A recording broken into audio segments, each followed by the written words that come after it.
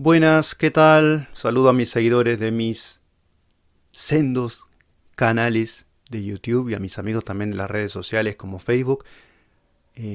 Bueno, esto va a salir en mis dos canales porque tiene una temática que es común a los dos canales. Tanto es un tema de reflexión como un tema que tiene que ver con los tiempos finales.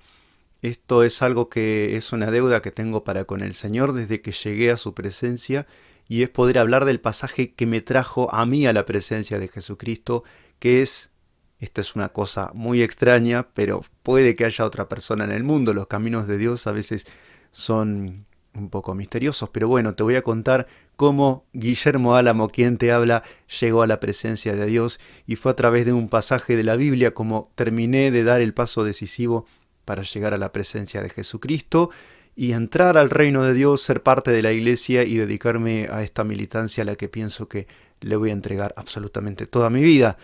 Está en, escuchá, porque ahí, ahí empiezan las cosas raras. Está en Apocalipsis capítulo 16, versículo 15.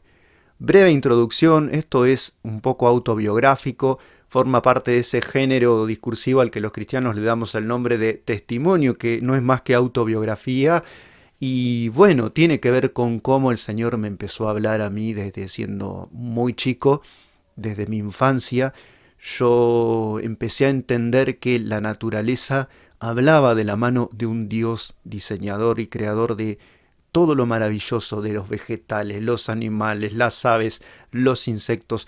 Todo me provocaba una inmensa admiración. Para colmo tenía unos vecinos que eran evangélicos allá en los años 80 y ponían todas las tardes y durante prácticamente todo el día música evangélica, la de aquel tiempo. Algunos me van a decir, los músicos, sobre todo cristianos, pero la música cristiana de los 80 era todavía muy rudimental, sobre todo en idioma español, no así en idioma inglés, que bueno, tiene toda la tradición del gospel, del negro spirituals y todo eso, ¿no? Cómo influyó sobre la música contemporánea, no. En castellano, bueno, ponían esa música celebrando al Señor, hablando de Jesucristo, hablando del amor de Dios, y yo que tenía unos 7, 8, 9 años escuchaba eso y decía, tiene razón esta gente en cantarle a Jesús. Pensaba las canciones que se escuchan en la radio, que uno sabe que tienen cierto nivel de fama, hablan de amor, de desamor, de, no sé, reconciliación, de pasarla bien, de amigos, a lo sumo, ¿no? Muchas veces hablan de cosas peores, pero quiero decir, yo si estos le cantan al creador de todo esto que nos rodea, que es tan hermoso, tienen razón. Y bueno, yo aprendí de ellos a cantar mis primeros coros, mis primeras canciones evangélicas. Y venía un vecinito que tenía unos 4 o 5 años que me explicaba más o menos qué decían las canciones. Pues yo cantaba lo que escuchaba a lo lejos, en un reproductor de cassette en aquel tiempo. Imagínate, ¿no? A una buena distancia yo a veces entendía cosas que no era lo que decían las letras. Y bueno, yo cantaba a los gritos canciones dirigidas a nuestro Señor. Mis papás eran ateos. Te cuento, mis papás, sobre todo recuerdo alguna situación donde se acordaban de Dios cuando se martillaban un dedo nada más, pero eran directamente ateos, no de un ateísmo militante, pero sí convencidos de que no había tal cosa como un supremo hacedor de todas las cosas, sino que eran puras fantasías y mitos y una figuración de un padre o de una autoridad política eyectada hacia una idealización humana, digamos, una cosa así, ¿no? Que es como lo ve el marxismo. Bueno, todo eso eran las ideas que estaban en mi casa acerca de Dios y yo empecé a escuchar la voz de Dios en mi interior. Dios me decía que lo buscara, Dios me decía que yo no era lo que Él deseaba que yo fuese. Sentía una carga de conciencia muy grande por todas las faltas pequeñas que comete todo el mundo, pero en mi corazón golpeaba el recuerdo de que tenía malos sentimientos, malos pensamientos, hacía cosas indebidas y no dejaba de hacerme preguntas respecto de cómo mejorar, de cómo cambiar. Tal es así que bueno, me empecé a, o sea, hice que mi madre me anotara para bautizarme y tomar la comunión en la iglesia católica, apostólica romana. Así que recibí las primeras noticias sobre la obra y la palabra del Señor también de un catequista de allá, de un barrio de mi querida ciudad de La Plata. Bueno, empecé a conocer del Señor, me interioricé, después por circunstancias estudiantiles X fui a parar a un colegio católico, hacía un pequeño trabajo para ayudar en casa, para dar una mano con la economía, y accedí a mi primera versión de la Biblia, que era una versión de Biblia, de esas Biblias que son más paráfrasis que traducción, se llama El Libro del Pueblo de Dios, de Ediciones Paulinas, y yo empecé a revolver esa Biblia con avidez, con afán. Obviamente, era una esponja, tenía 12, 13, 14 años, me leía las notas al pie, me leía los textos y me compré también el catecismo de la Iglesia Católica y empecé a leer en paralelo la Biblia y el catecismo, y al mismo tiempo me enteré de que existía ese movimiento llamado la Reforma. Supe por mi colegio que para los católicos protestante era poco menos que una mala palabra, pero a la vez lo usaban como un incentivo. Esto es curioso también, un día lo voy a contar con más detalle, pero decía, vamos a cantar con ganas, que los protestantes dicen que nuestros cultos y nuestras misas son tristes. Bueno, un detalle que te dejo de pasada como para nota de color. Cuestión que accedí a mi primera Biblia, primero la iba a leer a la biblioteca, después me la compré finalmente a esta Biblia, el Libro del Pueblo de Dios, y me provocaba una gran curiosidad tanto el relato sobre los inicios de todas las cosas en el Génesis como el fin de los tiempos. Y no me cerraban las notas al pie porque están muy inspiradas en la línea de la alta crítica, como se le llama en los estudios de teología, ¿no? Como esto de que son folclore, leyendas, tradiciones, y todo eso fue compilado bajo un nombre literario ficticio como el de Moisés, y en el caso de Apocalipsis se considera también que es una literatura como de protesta política contra la opresión de los romanos del tiempo de Nerón, para decir lo que decían exactamente estas notas. Bueno, yo empecé a leer la Biblia, empecé a inmiscuirme, empecé a leer el catecismo y empecé a encontrar que los mandamientos de la Biblia en Éxodo 20 y Deuteronomio 5 no me coincidían con lo que aparecía en la versión del catecismo de la Iglesia Católica. Ahí yo dije, esto es un ruido descomunal. Para colmo ya estaba enterado porque había accedido a través de revistas, personalmente, curioseando, revisando, revolviendo, y también de parte de mis profesores de catecismo en el colegio católico al que yo iba por entonces. Y digo, pero tienen razón, esta gente no es tan bíblica como profesan ser. Para cómo uno va a la misa y el sacerdote en un momento dado de la misa toma un ejemplar de la Biblia y la besa delante de los feligreses y dice que es palabra de Dios. Al final de cada lectura se la trata con una gran reverencia de lo gestual y simbólico, pero a la hora de las realidades resulta que se elaboran una lista de 10 mandamientos modificada. Bueno, para colmo era el mandamiento sobre la cuestión de las imágenes, que también me generaban una gran extrañeza. ¿Cómo era eso de que Dios prohibía en la Biblia el uso de imágenes? Y el catolicismo, pero es un hervidero de imágenes, de todo tipo, color, forma, estilos, épocas, etc. Apariciones, como dicen ellos, ¿no? Las advocaciones, ¿no? Como las diferentes maneras de manifestarse distintos personajes de los tiempos bíblicos o de tiempos posteriores. Cuestión que empezaron a hacerme ruidito un par de cosas y yo empecé a sentir que el catolicismo era un camino errado. Tomé la decisión de hacerme evangélico, pensaba ir a una iglesia en donde la Biblia fuese respetada como única palabra de Dios. Mientras yo leía la Biblia, leía la parte más curiosa, la que más despertaba mis intereses, leía las parábolas, había parábolas que no entendía bien, la de los viñadores homicidas me parecía bastante enigmática, y escuché distintas voces que me decían tener la interpretación correcta a cada pasaje. Leí literatura de adventistas, de mormones, un mormón joven que me decía que detrás del mormonismo, después lo supe, es verdad, estaban las sociedades secretas masónicas. Escuché gente de un montón, bueno, uno que decía ser evangélico, después resultaba que tenía una mezcla rara entre nueva era y espiritismo y practicaba un culto. Esto era un adelantado de los tiempos el hombre, ¿eh? Escuchá, tenía en su casa un adoratorio particular donde le rendía culto a Jesús y a la Virgen María, este hombre. Bueno, yo fui a su casa, escuché sus teorías, me mostró un libro de un señor iluminado, me dijo, no vayas a los evangélicos. Yo pensaba que él era evangélico. Me dice, no vayas a los evangélicos, para ellos es todo Biblia, Biblia, Biblia, te van a lavar el cerebro. Y yo pensaba, pero señor, yo vengo acá pensando que usted es evangélico y me va a hablar de la Biblia. Pero me mostraba unos gráficos de supuestos diagramas de cómo el Espíritu Santo desciende sobre las personas aún físicamente. Bueno, cosas sumamente extrañas. Me dijo unas narraciones que me resultaron también muy fantásticas, muy impregnadas de una espiritualidad que no me parecía ser según Dios. Que yo buscaba una iglesia bíblica, una iglesia evangélica, una iglesia donde la Biblia fuese el máximo criterio.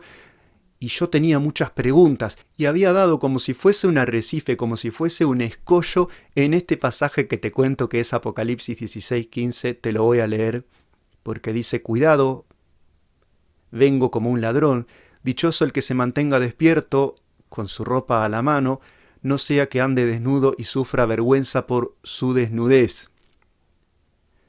A todas estas, esto viene en una narración de Apocalipsis donde se cuenta la sexta de las plagas de las copas de la ira de Dios. Viene todo con reyes, geopolítica, invasiones, guerras mundiales, plagas devastadoras de Dios. Jesús a punto de regresar a la tierra, como pasa a los 2 capítulos, salteándose la descripción del juicio a Babilonia. Inmediatamente viene Jesús a reinar sobre la tierra, el jinete del caballo blanco. Todo eso más o menos lo entendía dentro de mi nube mental y a pesar de las notas histórico-críticas, las de alta crítica que le ponían los católicos a la versión de la Biblia a la que yo había accedido. Resulta que viene describiendo la sexta plaga y de pronto Jesús toma la palabra, interrumpe la narración, eso también lo decía la nota al pie, lo reflejaba con... Mirá, si te digo estupor me quedo corto, porque era como que entendía el que puso la nota al pie que era una interpolación, que era un texto de otra procedencia o que se le traspapeló a uno de los que transcribieron los manuscritos. Bueno, no sé, algo así decía, como que estaba fuera o parecía fuera de contexto al interrumpir el decurso narrativo de la sexta de las copas de la ira de Dios. Esto decía, yo decía, no, no señor. Yo me peleaba, ¿viste? Tenía una discusión total con las notas al pie de la Biblia católica que yo mismo me había comprado. Pero yo decía, no, esto es intención de Dios. Dios puso ahí ese versículo por algún motivo. Ahora, ¿qué quiere decir? No sé, no sé. El que habla ahí parece ser Dios o Jesús en principio, pero se compara con un ladrón. Súper desconcertante. Dice, dichoso el que se mantenga despierto con su ropa a la mano, no sea que ande desnudo y sufra vergüenza por su desnudez. Tendrá que ver con el nudismo, ¿no? ¿Con qué será esto? ¿Qué es esto de ropas, de desnudez? Bueno, me encontré en el lugar donde yo trabajaba con una hermana, Esther González se llama, no sé si está viendo este video, un gran saludo Esther González, vos fuiste el artífice de que yo llegara a los pies de Jesús, porque yo le pregunté el significado de este pasaje y me dio la siguiente explicación, que es bastante elemental, hoy en día te puedo decir, pero bueno, por entonces no era nada elemental, era todo nuevo, era todo sorprendente. Imagínate, yo tenía 15 años por aquel entonces. Dice, el que habla ahí es Jesús. Dice, bueno, sí, aceptable, no tan sorprendente en principio. Dice, he aquí, o cuidado, porque llama la atención, vengo como un ladrón. ¿Cómo viene el ladrón? Me dice. El ladrón viene de noche, el ladrón viene cuando te descuidas, el ladrón viene cuando no lo esperas. Así va a venir Jesús a buscar a los suyos, a su iglesia. Por eso dice, dichoso el que se mantenga despierto, o dichoso el que vigile, el que no se duerma, porque el que se duerme es víctima del ladrón. Dice que tenga su ropa a la mano. Las ropas, me dice, son tu condición espiritual delante de Dios. Eso simbolizan las ropas. O sea, no tenía nada que ver en este caso ni con la indumentaria, ni con los códigos, ni la etiqueta, ni nada de lo que se habla en otros pasajes de la Biblia. Acá está hablando de cómo es tu condición espiritual. Dios sabe lo que hay en tu corazón. Vos podés a mí dibujármela, me podés decir que sos un buen chico, que no robás, que obedeces a tu mamá, que trabajás, que estudiás, pero Dios conoce lo que hay en lo más profundo de tu corazón. Esa es la ropa que vos tenés que tener en cuidado y limpia. Es tu santificación personal. Dice, no sea que ande desnudo y sufra vergüenza por su desnudez, porque cuando venga Jesús se va a poner de manifiesto quién está del lado de los que están limpios en sus vestiduras y quienes no se cuidaron. Por ahora parecemos todos iguales, pero cuando venga el Señor esto se va a poner de manifiesto. Me dijo esta hermana, Creo que no tenía instituto bíblico, no tenía, no sé, secundario completo ahí, seguramente. No quiero meterme en una cuestión sobre lo que cursó ella, pero me parece que instituto bíblico no tenía, sí, quizá escuela dominical. Pero me dijo esto, le digo, bueno, ¿dónde queda la iglesia? Queda en tanto, tanto y tanto en City Bell. ¿Y hay reunión de jóvenes? Sí, los sábados a las 7 de la tarde. Bueno, el sábado siguiente me subí a uno de esos ómnibus colectivos, como lo llaman en La Plata, micros lo llamamos en La Plata, y me fui a City Bell y me presenté en la iglesia por primera vez en febrero del año 96. Así que bueno, saquen la cuenta cuántos años tenía yo en aquel entonces y cuántos años tengo ahora. No me voy a hacer cargo de eso. Esto es una cuestión que, bueno, queda en cada uno. Jesús advierte que nadie sabe la hora en la que Él va a venir a buscar a su iglesia. Jesús advierte que nadie tiene derecho de decir que sabe la hora de su regreso. Este es el rapto de la iglesia, es el arrebatamiento. La hermana no me explicó esto con pelos y señales, yo no sabía nada, me explicó lo que yo tenía que saber en ese momento. Pero es el rapto de la iglesia, al momento que ahora esperamos. La bienaventurada esperanza de los cristianos después de la resurrección del Señor es que Él venga a buscarnos y nos vayamos con Él, antes de los hechos tan horrendos que describe el Apocalipsis en su gran parte de narración. Ni los ángeles del cielo, ni el Hijo, nadie sabe la hora en la que Jesús va a venir a buscarnos. Esto lo dice Jesús en el Evangelio de Mateo. Se compara con un ladrón. Esto llama la atención porque un ladrón es alguien que viene a ser estropicio, viene a causarnos un daño, una pérdida. Jesús se compara con un ladrón por esta nota de lo inesperado de su venida. La hermana me lo explicó bárbaro eso. La verdad, estuvo 10 puntos. Jesús varias veces se compara con un ladrón. Y siempre es en contexto de dirigirse a los suyos, a su pueblo. No tanto al mundo. Al mundo se compara en el Evangelio, creo que de Lucas, con un lazo que va a ser los hechos que van a venir después de que el Señor nos saque del medio. Esos hechos apocalípticos a la gente lo van a atrapar como un lazo, del que no podrán escapar. Pero nosotros seremos arrebatados con el Señor, como dice el texto de la Biblia.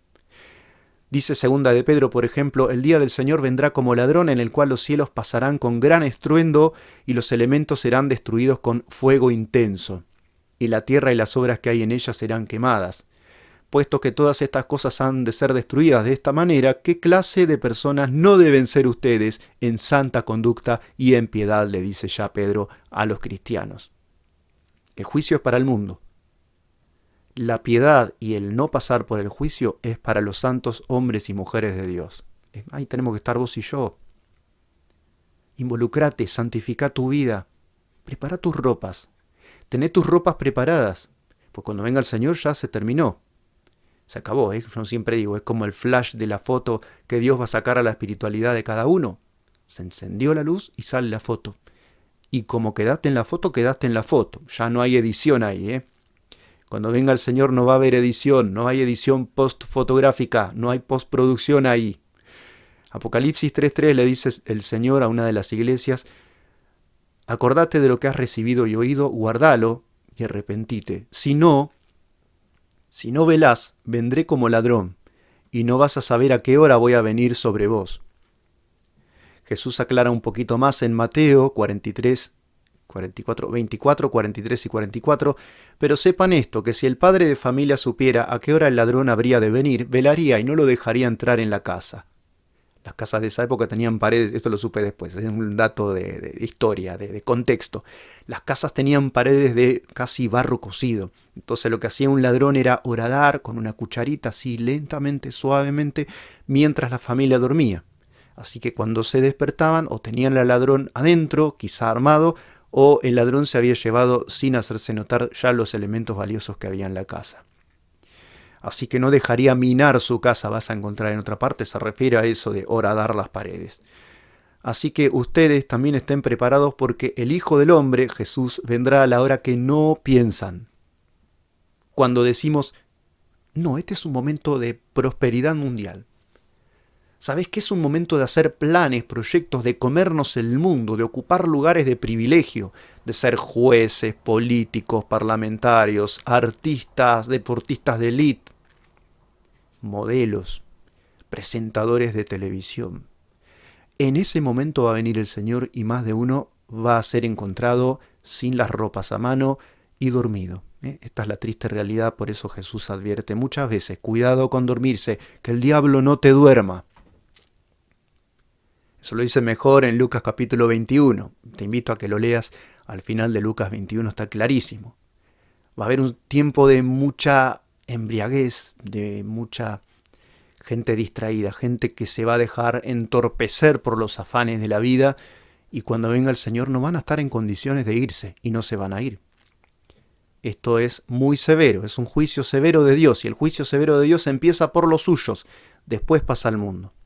Después pasa a los que no creyeron, a los que van a decidir no creer. Primera de Tesalonicenses 5:2, pero ustedes mismos saben perfectamente que el día del Señor vendrá así como un ladrón en la noche. Son textos que son todos, que están como en diálogo unos con otros, ¿no? Ladrón es la palabra explícita, en griego es lo mismo, el ladrón, kleptes, el que roba, el que se apodera de lo ajeno. Bienaventurado el que vela y guarda sus ropas. Hay una parábola sobre esto que explica mejor lo que me decía la hermana Esther. Dice que la parábola del banquete de bodas está en Mateo 22. Voy a resumirlo simplemente para ir a un elemento que aparece en ese relato de Jesús. Es una parábola, es un relato simbólico, cosa que me costó un montón cuando era tan joven y me acerqué al Señor. Entender los sentidos figurados de la Escritura es un desafío interesante de interpretación, de hermenéutica. Dice que cuando el rey entró a ver a los comensales que estaban, encontró ahí uno que no estaba vestido con traje de boda y le dijo: amigo, ¿cómo entraste sin traje de boda? Y él enmudeció. Entonces el rey dijo a los sirvientes: átenle las manos y los pies y échenlo en las tinieblas de afuera, y ahí será el llanto y el crujir de dientes.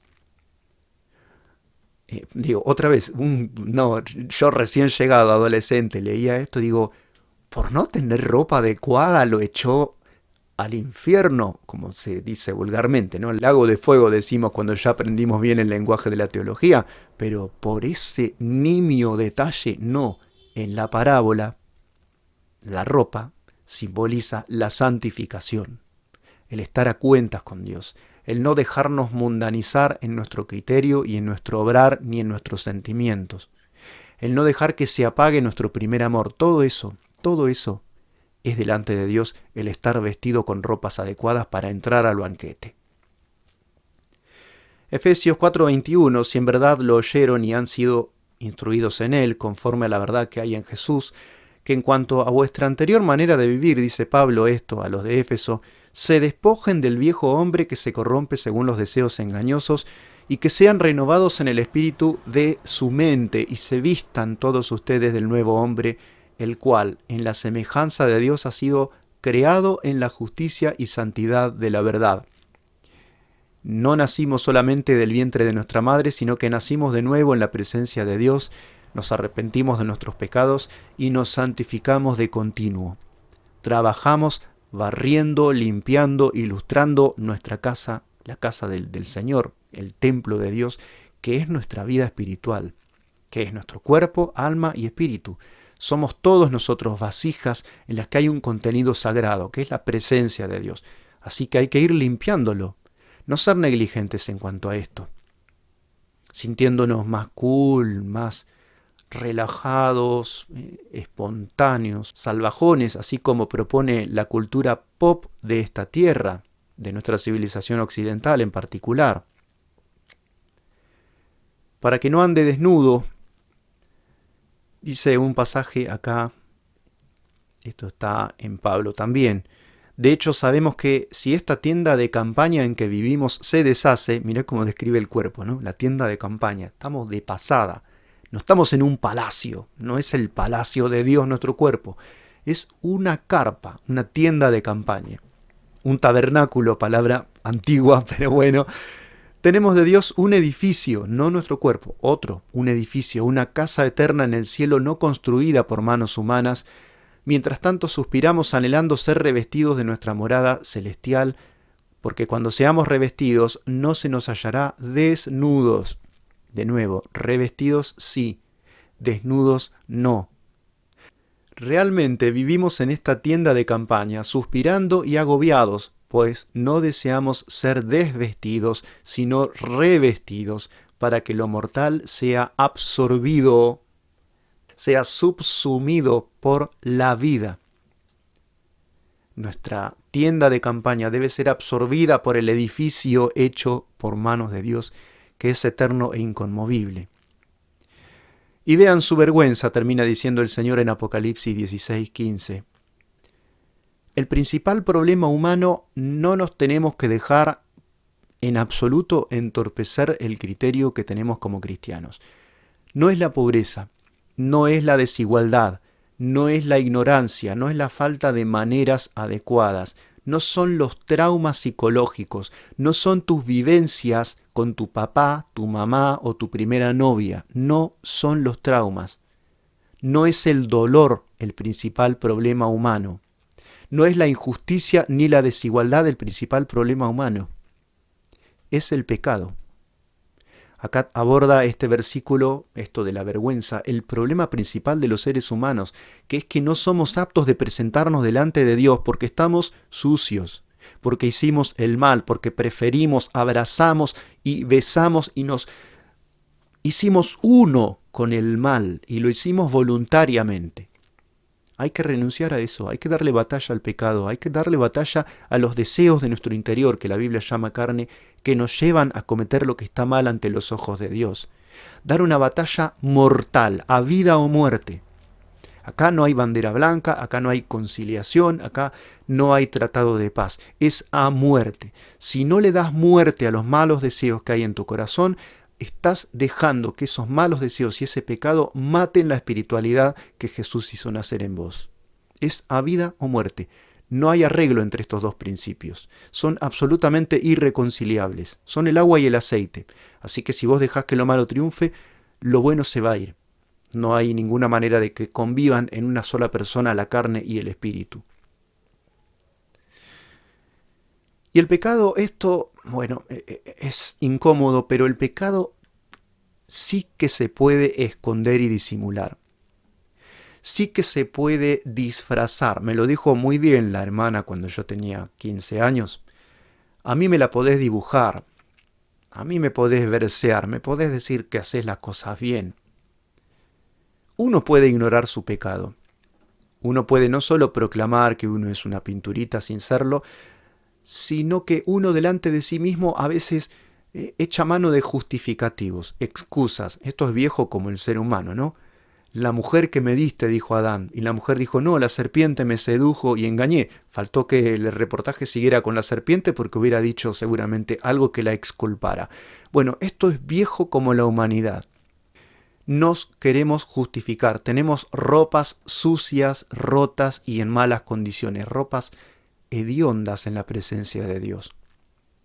Porque Dios conoce nuestra condición y muchas veces la demás gente se da cuenta de nuestra condición. Y es medio triste, es medio incómodo, pero a veces te lo dicen. Estás fallando. Porque nosotros vamos surciendo y disimulamos y le echamos perfume y qué sé yo. Pero Dios ve el pecado oculto. Y a la larga la demás gente también lo va a ver. Y nos lo va a señalar.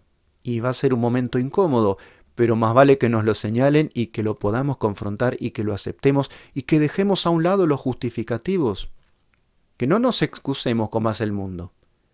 Y hay un peligro muy grande también para los cristianos, que es el momento en el que no se hace caso de ese llamado ni de los demás que nos corrigen, ni de nuestra conciencia que nos persuade de parte de Dios, esa tristeza que es según Dios, que produce en nosotros corrección, arrepentimiento y transformación, que nos va moldeando a la figura de Jesús a medida que nos dejamos moldear por Él. Vamos muriendo a nosotros mismos y vamos naciendo para Él. Pero hay gente que resiste esa voz hasta que ya no la escuchan. Es un proceso que merecería un mensaje aparte, algo de esto hay en uno de mis canales, pero hay un proceso muy peligroso cuando desoímos los llamados a cambiar de actitud. Es complicadísimo, complicado. Pero si hay una brizna, un toquecito de incomodidad con algo que venís haciendo, reconocelo, sé humilde, admitilo y empezá a darle batalla a ese mal que hay en tu interior, a ese pecado, a esa actitud incorrecta. Sin ir más lejos, nuestra sociedad batalla contra la culpa. ¿Viste eso? Por eso la palabra pecado produce un resquemor en los oídos. La gente no quiere oír la palabra pecado. Pone incómoda a la gente. Más de una vez cuando predicamos en la calle notamos que lo que produce un sacudón como si les cayera un rayo es la palabra pecado. Ellos batallan y están instruidos por toda una serie de filosofías satánicas contra el cargo de conciencia. No quieren cargo de conciencia. No quieren sentir que están haciendo las cosas mal. Así que los cristianos, para ellos batallamos del lado incorrecto de la historia. Para no decir que estamos en el lado oscuro, ¿no? Pero la verdad es que nos perciben de esa manera. Ellos no quieren tener cargo de conciencia, ni se quieren reconciliar con Dios, ni quieren arrepentirse de sus pecados. Así que, ¿qué es lo que más combaten? Lo que combaten con más saña, precisamente que les anuncies que lo que está mal y que lo que está bien está bien.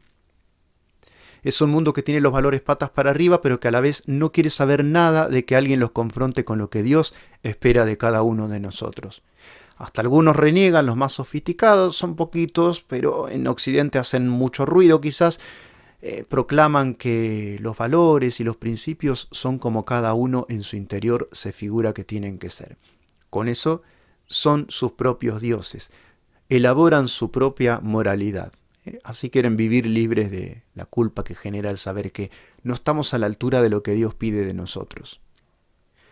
El tema del pecado, sobre todo entre los cristianos, se puede esconder, se puede negociar, se puede tapar, se puede tratar de disimular, se puede negar, se puede resignificar, se le puede dar un nombre aceptable, como un señor que estaba por serle infiel a su mujer y decía, todo lo que se hace por amor está bien, pero usaba una definición de la palabra amor en la que la impureza y la infidelidad estaban incluidas.